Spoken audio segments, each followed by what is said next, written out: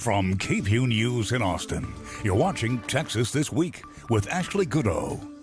Good Sunday morning and happy Father's Day to all the dads out there. This week, Governor Greg Abbott released details about his plan to build a border wall at the Texas-Mexico border and used your tax dollars to make what he calls a down payment on the wall. That's where we'll start with the 3 things you need to know in Texas politics.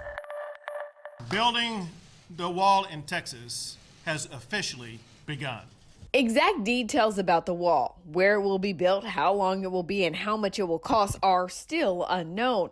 But Governor Greg Abbott, Lieutenant Governor Dan Patrick, Speaker of the House Dade Phelan, and other state leaders signed paperwork allocating $250 million in state funds for the border wall Wednesday.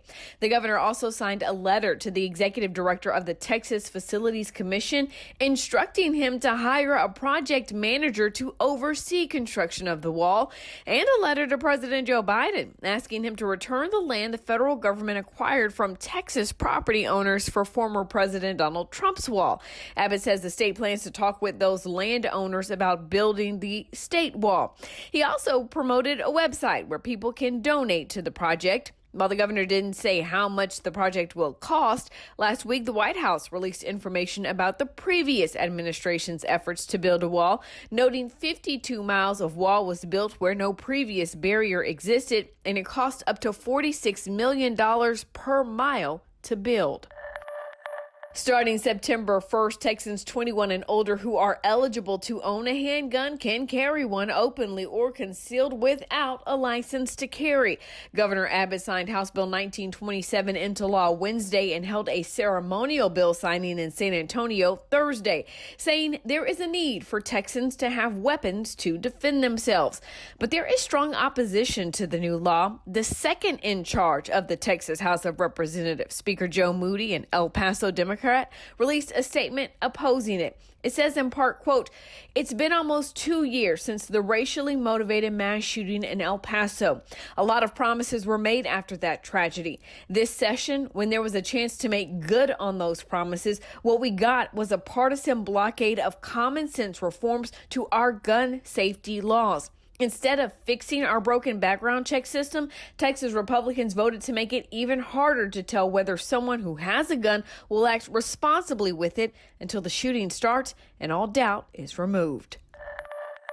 Texas Democrats were on Capitol Hill this week meeting with members of Congress and Vice President Kamala Harris.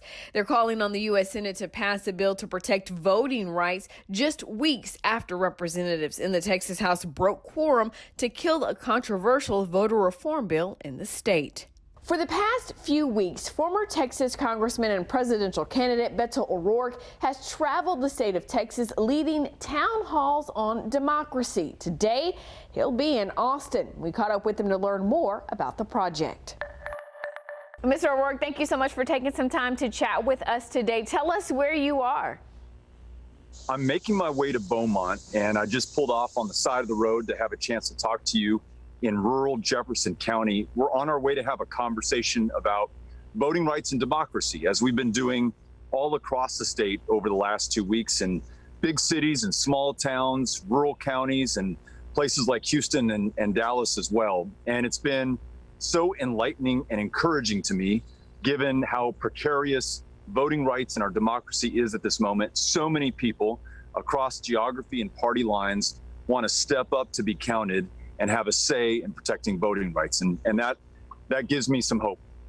You know, talk to us about what you're really hearing from people. Are they expressing concerns to you about voting rights?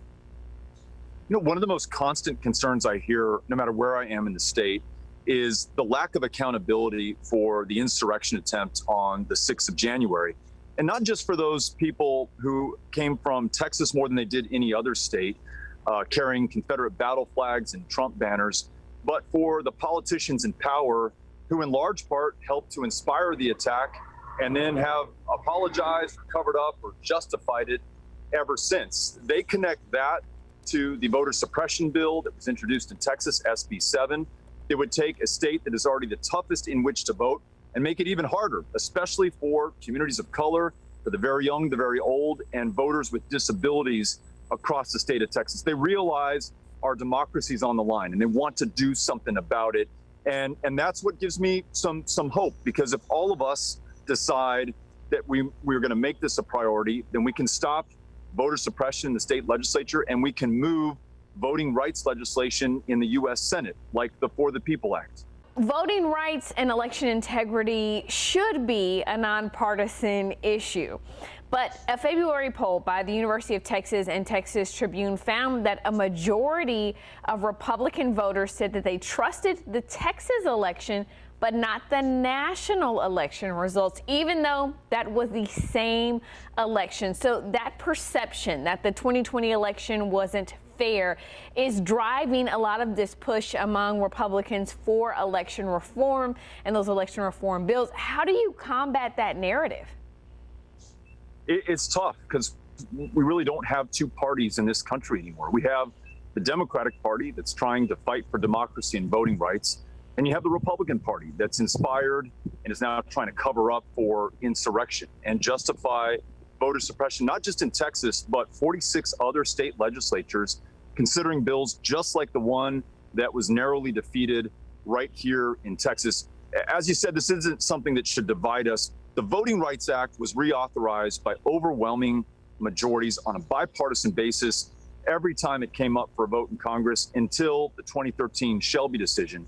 When you have the ex-president of the United States trafficking in the big lie that there was widespread election fraud, you can understand why tens of millions of our fellow Americans, including in Texas, believe that.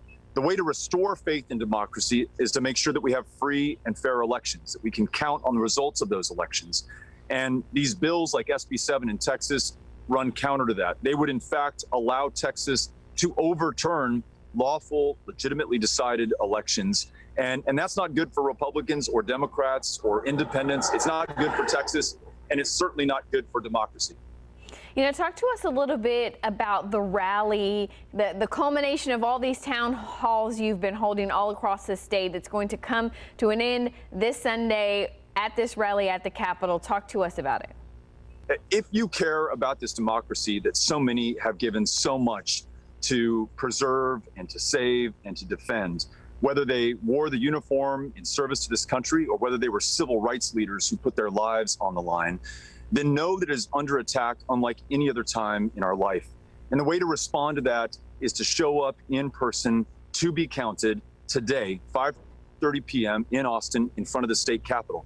If we show up in numbers large enough, not only will those who represent us in the state legislature take heed, but I'm confident that the president and the members of the Senate who have the power to pass voting rights legislation right now will hear our call and will take action accordingly. So that's the power of people. That's what I'm asking folks in Austin and really across the state to do today, 5:30 p.m., the state capitol right here in Austin, Texas. We hope that you'll be with us. Let's talk a little bit about the action you want the Senate to take passing the For the People Act. There are some who characterize this as overreach by the federal government into state elections. What do you say to that type of criticism?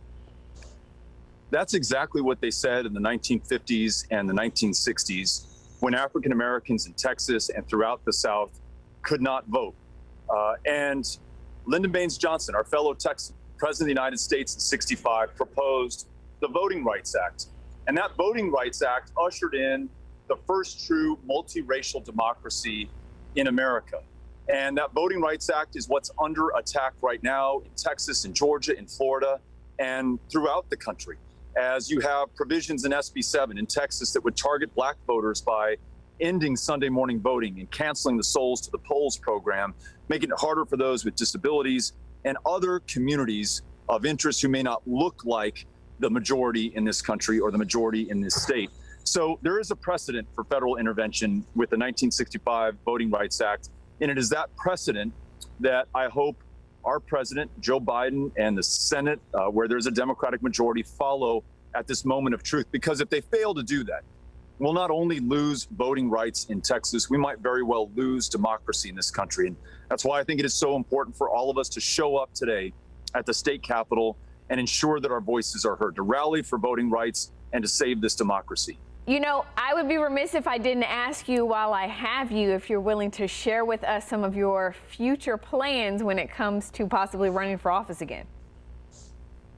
This fight for voting rights is the most important thing that I or any of us could be doing right now. So I want to see this through to the finish. After that, I want to understand how I can best serve Texas. That might be as a candidate. That might be supporting other candidates. That might be focusing on voter registration, which is what our organization, Powered by People, does day in and day out. But one way or another, I am all in for Texas and will do all I can for this state. You can find more information about the rally at KVUE.com. That's Texas This Week.